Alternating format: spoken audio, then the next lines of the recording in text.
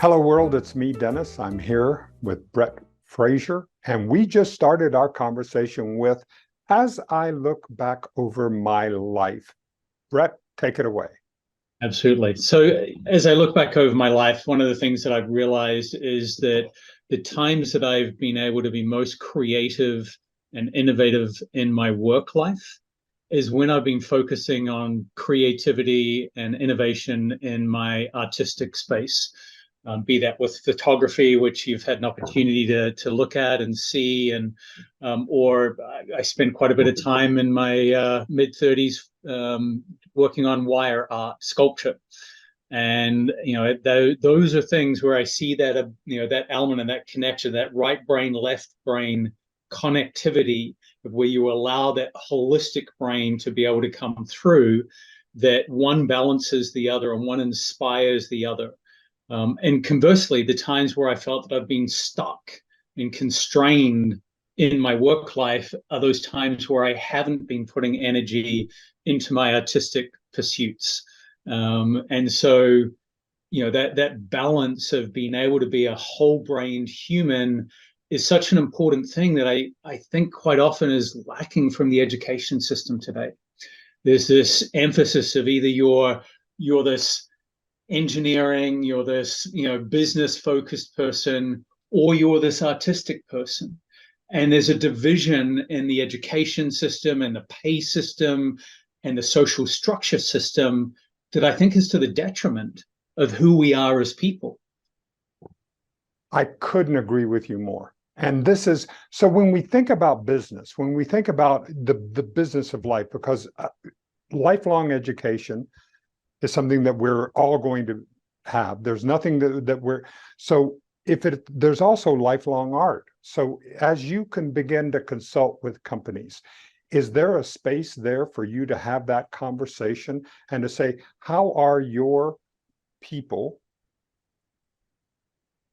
working and nourishing that artistic side of you side that will actually end up benefiting the bottom line?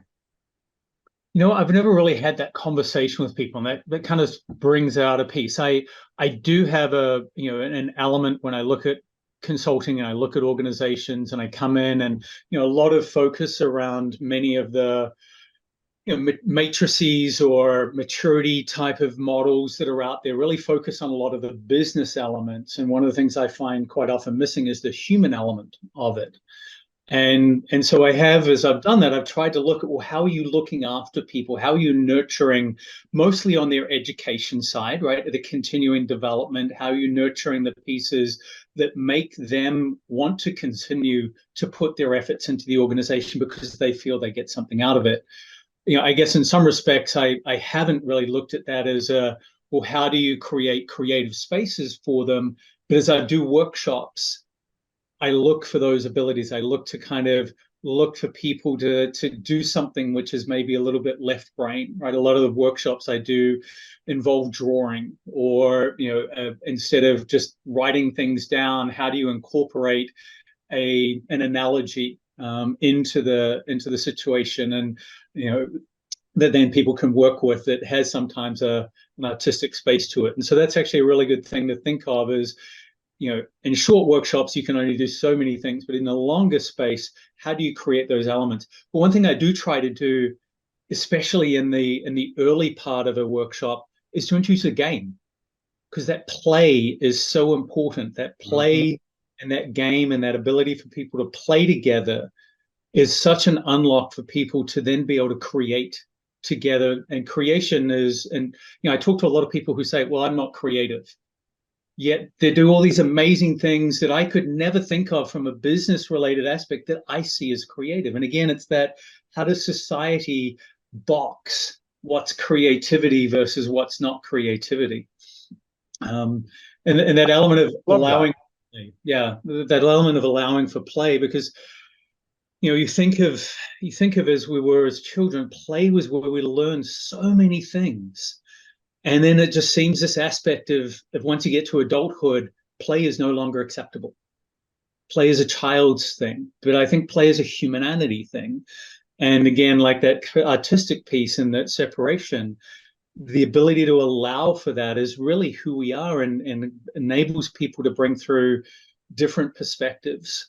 I'll give an example from leadership. It's an element where I've always tried to look at where are situations where even in work, but outside of work, because that allows it to come into work. How can you create, when you're coming together as a team, as an organization, for those in-person moments, which now are probably even more important than they used to be. But I spent quite a bit of time working in Asia and had a distributed team. So what people are going through now in this COVID, post-COVID hybrid element, I had for 6-7 years when I was in Asia. And when you brought people together, it was important to create all those types of aspects. I would intentionally set aside, well, here's where we're going to do some things together, be it as a community element or as an artistic element or something like that.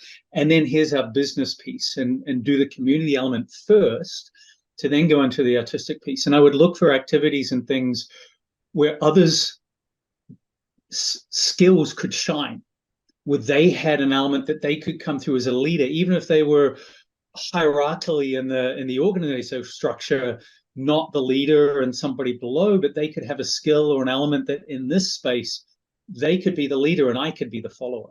And others could see that skill and see that capability. And it creates more of an understanding of the value that we all bring together, because leaders are there not because they know everything. Leaders and good leaders are there because they know how to bring everything from what they're given. And that's how do you bring that value from every individual in the organization. And sometimes the best thing a leader can do is to create an environment and then just let it happen. One of my favorite quotes is from everything that you learned in kindergarten. And it is, don't worry that your children aren't listening to you. Worry that they're watching you.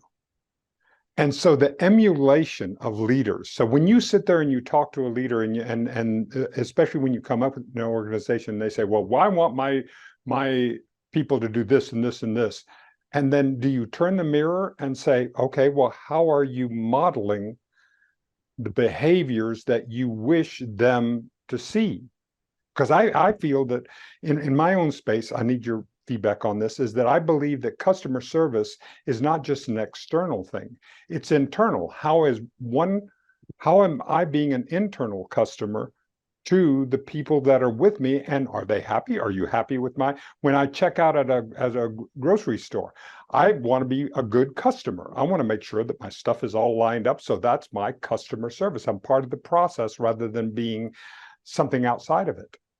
Yeah, I fully take something agree. in there and run with it. Yeah, I fully agree. There's been this realization. I think a lot of really good customer service and customer experience leaders, and there are many in the industry, have for a long time now come with this element that great customer experiences begin with great employee experiences. The old adage of you'll do what I tell you to do and you'll be happy doing it, and if you don't be happy, I'll find someone else to do it, and I'll performance manage you out. That doesn't incent people to want to do the right thing, right? And if you don't give them an environment in which they feel safe, then they're not going to be able to create an environment in which their customer feels safe. And it's this flow-on effect, and it's not the opposite way around. It's not a great customer experiences create great employee experiences, because let's be honest, even when we're customers, even when you try to do the right thing, most people contact a customer service space when something's gone wrong. They're not in their best framework. They're not generally their best self, because they're in an emotional mindset. Something has gone wrong. And when something goes wrong, as human beings, we get into an emotional piece, and that element can be varied depending on where we are in our personality and all those types of things. And customer service is a hard space to be if you're an agent. If you're that frontline person, you're dealing with many people not in their best space over and over and over again throughout the day. So if your work environment is not a good space for you to be in, that's not going to be a great outcome for you. It's not going to be a great outcome for the customer. It's not going to be a great outcome for the company. I think one of the biggest costs in the customer service industry is because there's such a focus on, well, it's a cost center, it's easy, we'll hire the people as cheaply as possible, and we'll train them, and then they'll leave. That cost of rehiring, retraining, the loss of performance and expertise, and that brain drain you get is one of the reasons why customer service is so costly, and why customer service is not as good as it can be. And it's just such an inverse element of an investment, I think, from organizations of seeing customer service as a cost center to drain as much out of and to reduce as much as possible, versus looking at, well, how do you really utilize this engine to understand and be a listening post, a megaphone for the rest of the organization, right? And when you do that, if you look at that and take the customer service space of why are customers contacting us, what can we learn from that? How do we enable and get the people who are touching the customer in that moment the best skills, the best knowledge, good pay, a good environment, so that they can provide the best situational solution for the customer who's in front of them right now, in that micro element of customer service, but then take the macro element of why are all these reasons of the customer contacting us, come back to the rest of the organization and say, hey, this amount of volume is coming because of here, this amount of coming is from here, and here's the things we need to do to fix that, to either eliminate the reason for the contact in the first place, or if that's not possible, how do we elevate the outcomes by creating better solutions, better situations, better tools, etc., for that interaction to happen? Then you can invest in those people. Then you can get those people who have the skills to be able to truly interpret what's actually happening, get behind sometimes the symptomatic, so that they can start trying to ask questions to understand the root causes, and really look at that as a way of continual improvement at that micro level as well as the macro level. And yes, automation has a space, right? Exactly. And there is. So how, Brett, to rewind a bit, how do you touch the senior leaders to get their mindset before you begin to go in? Because if you go in and work with all the people, and then the senior leadership has not changed their mindset, yeah. What is your approach to dealing with senior leadership to say, your mindset and the change in your mindset is going to be deeply important to this happening and this working the way you want?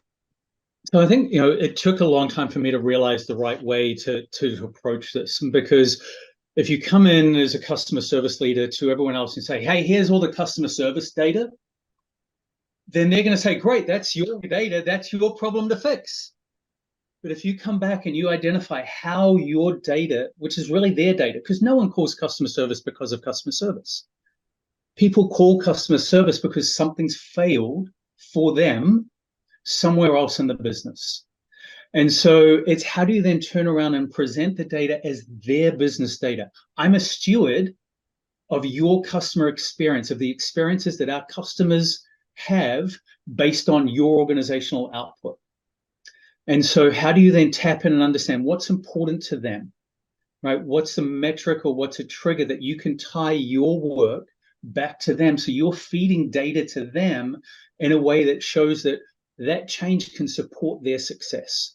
And to me, that was the big unlock. If when I kept trying to pound the hammer of here's the customer service data and I need you to help customer service. No, I'm here to help you, right? Here's how the data that I'm stewarding for you and your organization can help you be more successful and achieve the outcomes that you're trying to lead into the organizational outcome. And it was that mindset switch of stopping presenting customer service data and presenting business data back to each organization that helped. And the one thing that really kind of solidified that at Sunbasket when I was able to do that was sitting down with them and going through the list of why contact reasons. So pretty much every call center has their list of 20 to 100 or 200 or however many contact reasons and subcontact reasons. And so it was when I went down and internally within my team, we did this activity first. And we said, who do we think, where in the organization does this reason come from? And so we did a first pass at trying to look at what that was. And then I went out and I met with each of the owners and I said, here's what I'm trying to do. I represent your customer's experience. And what I'm wanting to do is bring that data back to you in a way that you understand and you agree with. So what I'd like to do is go down this list of reasons that we're hearing from customers that I believe are coming from the work from you and your organization. And I want to make sure I've got this accurate. So let's go down this list and let's see what we've got and what may be incorrect. And so that gave them a buy-in, gave them an opportunity to say yes or to say no. And every time they said yes, they were affirming their ownership, or at least their partnership with me in that space. And when they would say no, it'd be an opportunity to say, great, well, who do you think, where do you think in the organization this belongs? And then we could bring those leaders together and be able to say, hey, let's look at this. I chatted with such or other. We initially thought it was there. They think this is more of you. Is this you? And then they could have that agreement together collectively so that we had then a full agreement of every contact reason, which part of the business that came back to. So I could then give volume, I could give satisfaction. And where I was working towards was to give cost, because honestly, again, this element of customer service is a cost to the business. What's a cost to each individual part of the business? And I think, honestly, in order for the best way to look at how to fund customer service organizations, how to ensure that you're really focusing on how do you reduce the need for it in the first place. And I was absolutely happy. If I could reduce my call center space by 5 or 10 people and give that money back into some other part of the organization to create a better experience, which means that my team didn't have to do as much work, I would much rather do that than create a bigger customer service organization to keep dealing with the problems. Yeah. And so do you when you go into an organization, do you sit down and go, well, where is the toxicity and how do I deal with it? Do you do an analysis of the entire business? Because this customer service is not going to be operating independent of whatever else is. How do you go in and do the Dr. Frazer checkup going through all of your work? Yeah, so I think there's two things. One is, most customer service leaders when coming in for like an organizational consultancy are initially kind of thinking, well, how do I improve? Because that's what they're being asked for. How do I improve that space? Right. And so part of it is looking at what their structure is of how they're set up within their team. But a big part of that is then coming in and looking and saying, well, how do you then take this data, this treasure trove of data that comes out of customer service? How is this being used to improve the entire customer journey? And so that's that element, that initial part of understanding what that part of the organizational structure is. And then if it's existing, great. How do you help them to tweak and refine that? If that doesn't exist, then it's going through that education process of saying, I think you've got an opportunity here to change some of your approach and start working with your organization to elevate, because a lot of customer service leaders know they've got this data mine, this wonderful, but they can't crack that ability to get in. And like I said, I knocked against it for years, knocking my head on it until I got that switch of it's how I'm telling the story, right? And it's changing the narrative of the story and changing that element to you being a supporting character, not a leading character, right? And elevating the success of others is a way to be able to get them to help you to be successful in what you're doing. So, Brett, where are you going in your career? You're 50 years old this year. I'm 75, so we're on these quarters as we're going. So where are you going? I mean, this is like we're at a time when literally you can do things around the world. Your avatar speaking right now could speak in many different languages. So much as we're doing on AI. What are you thinking about? What are the bites of the apple that you're thinking about that you want to be able to go through? Yeah, absolutely. From a career perspective, there's a couple of things I'd love to be able to do in the next quarter of my life. My goal is to get to be a chief customer officer at a brand, a really solid, well-known brand, or help a brand to become a really solid, well-known, customer-orientated, successful brand. And that's part of that space. With an ex-colleague of mine, we created a framework around customer service interaction and engagement that we believe helps to deal with the entire human interaction in a customer service space. So I'm working on a book on that at the moment, and so getting that book out there in 2024. And then, maybe there's a consultancy space around that, that comes with it. Uh, you know, and at some point, maybe even leaving the customer service space. And as I mentioned earlier, from an artistic perspective, I'm a photographer. I would love it, in kind of the latter part of my life, that I'm, leading photography, adventures around the world, and helping people to learn about the beauty of photography, to capture and to be able to see things in a different light, which I think is really what photography comes down to. Anybody can take a photo. Photographers and people who take great photos think of how they see things in different ways. And so I think, having people to, just think about perspective, and that perspective piece is, again, that value of bringing back, of rather than just kind of looking at everything eye level, right, from a photograph. And you see most people take a photograph, they'll be standing up, they'll look at things, and they try to put things in the center or perfectly on the edge of the thirds. But it's when you take a slightly different perspective, get higher, get lower, look at it from the backside, and look at it from a different angle, go against the grain, shoot directly into the sun instead of with the sun behind you, right? I mean, when you try to break the rules is quite often when you have these epiphanies, or you get these special elements and these special moments. That's it. Everything that you just said, though, applies to your work in customer service. Seeing things from a different perspective, taking a look at it, reimagining it, seeing how we can do it. I mean, all of the things, it sounds like there is a direct throughput. Yeah, and that's where it comes back to that element earlier, where I was focused on that ability and creating that muscle in my creative space.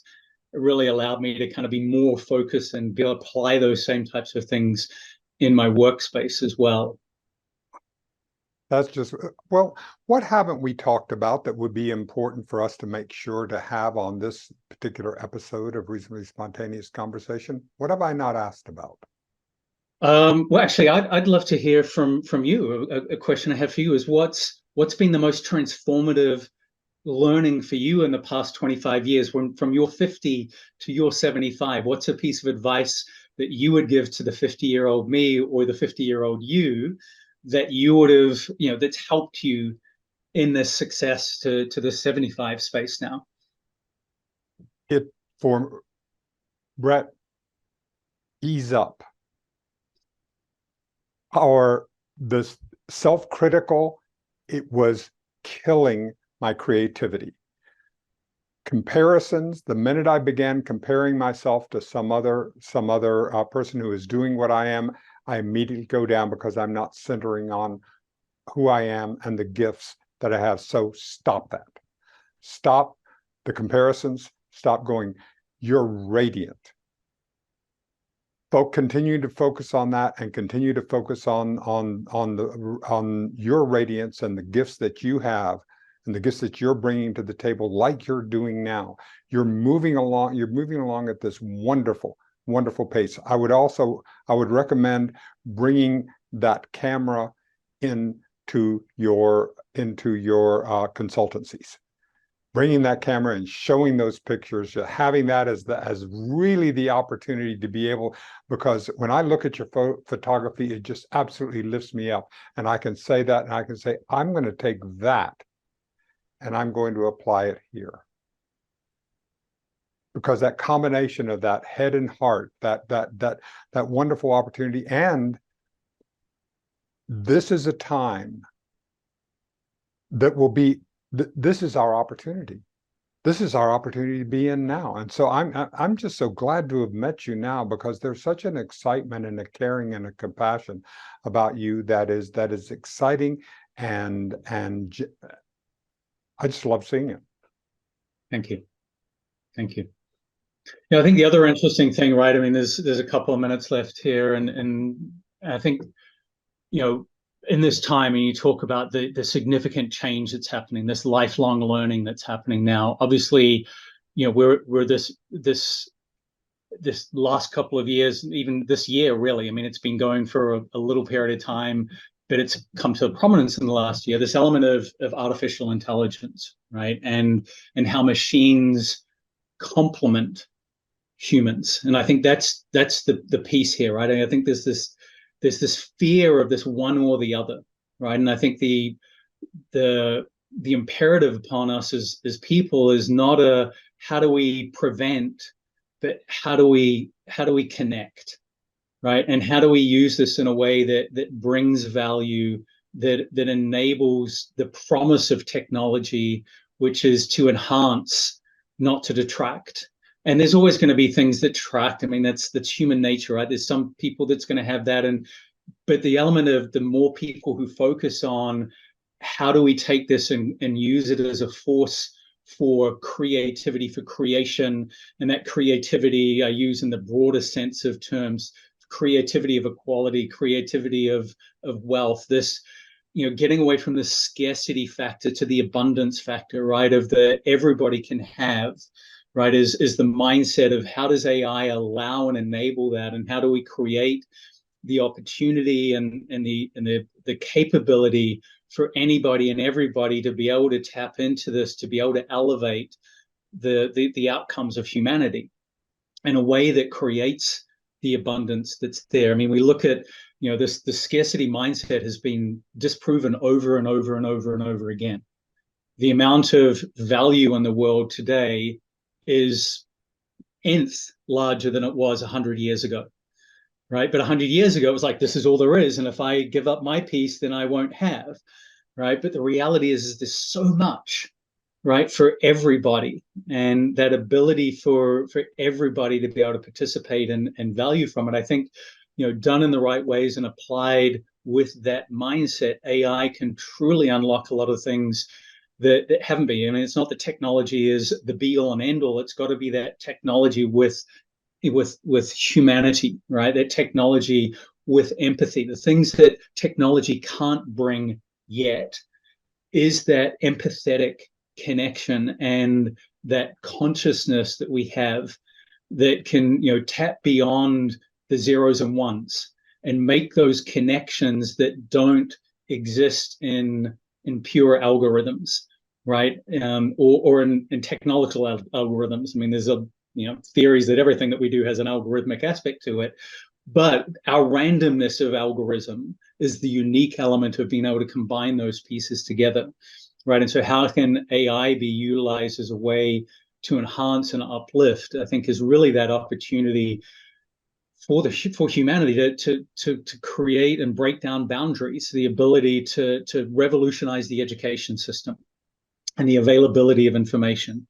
But I think it's making it accessible. How do we make it accessible for people to feel that they can utilize it and benefit from it is really that key piece. And so, as I'm looking at that in the customer service space, it's not how do I replace people with technology, it's how do I use the best of each so that the value of humanity, that connection, right, and that engagement that you get with a person, especially when you're in an emotional state, is invaluable.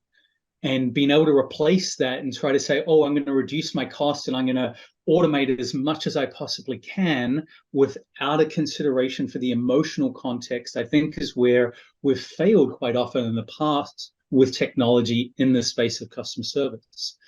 To me, it's that element of, I look at kind of 4 factors when it comes down to automation and where to integrate it. The first one is knowing who your customers are and what they want, right? Because if your customers are in a space or a mindset or that it's not something they're going to do, you can invest a huge amount of money and it's not a build it and they'll come type of thing, right? It's a build it and it won't work and then you'll be struggling, right? So it's a smart of knowing your customer, knowing the demographic, knowing what's going on. The second thing is looking at, the repeatability of a problem. Is the problem the same? Is it very similar across multiple people? And is the solution repeatable for it? And is the solution highly acceptable? We have those 3 things. That's a great opportunity. And the last piece, similar to the first, there's quite often mixed, is what's the emotional context? If you've got a very low emotional context issue that's very logical and people come in a logical space and it doesn't have a high emotional context, it's easy. It's a great place to automate. Make it simple, make it quick, put the solution in customers' hand. They want that ability to do it. But when there's a deep emotional context, that's when they crave the human connection.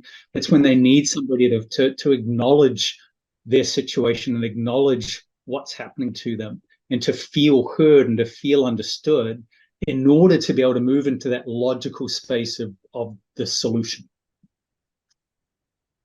Thank you. Thank you for your evangelism, for this, making sure that the things that you're working. I would love to work at a company that you're invested in and your work, because I know that as a customer service agent, or people who are going, if I can feel heard, if I can feel like that I make a difference, if I matter, I'm going to do extraordinary things that I wouldn't do if I didn't. And that's where you take us.